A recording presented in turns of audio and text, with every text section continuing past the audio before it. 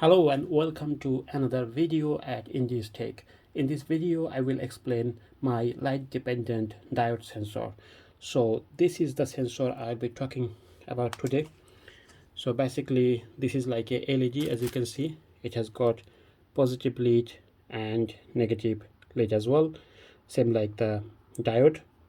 Here I draw it, so positive is a bit longer and negative one is much shorter, same like diode. Now the property of this is I have connected it to the positive side of a probe multimeter and negative side with the shorter part of the diode. Now as you can see, I'm just letting the light to pass through and it is showing 33 million ohm, but if I shade it, it just like randomly shows 54 milliohm or maybe no resistance at all. Just to make things more concise, I will be shading through my mobile phone light. As you can see, as I am shading with my mobile phone light, the resistance is like 4 million ohm. As I am going closer and closer, the intensity of light is increasing, it is reducing. The resistance is reducing, otherwise the conductivity is increasing. But the funny thing is, at one point, if you shed too much light, the conductivity increase again, which is a very interesting property.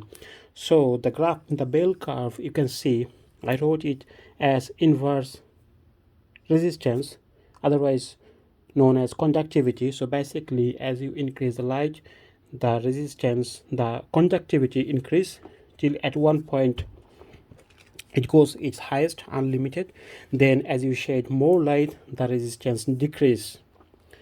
This is a very interesting sensor. You can design many kind of NOT gate or OR gate circuit with this. So for instance, a easy way I will be showing now.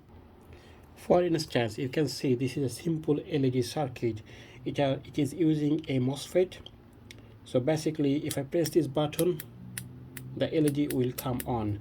Now the MOSFET, this is a PNP MOSFET. That means the gate, the switch is actually get on when you connect it with the ground. So this is the wire, you can see the black cable. Now I will replace this cable, the conductivity, with the light dependent diode. So as you can see, it has been connected with the light dependent resistor. So this is the light dependent resistor. So if I press the button, the LED, depending on the light of the room, it is barely blipping. But if I close the LED, I mean the light dependent resistor, it completely almost shut down. With a pull down resistor we can fix that, but when you shade the light, it is fully on. Then you shed more light by closing it and the LED turned off itself.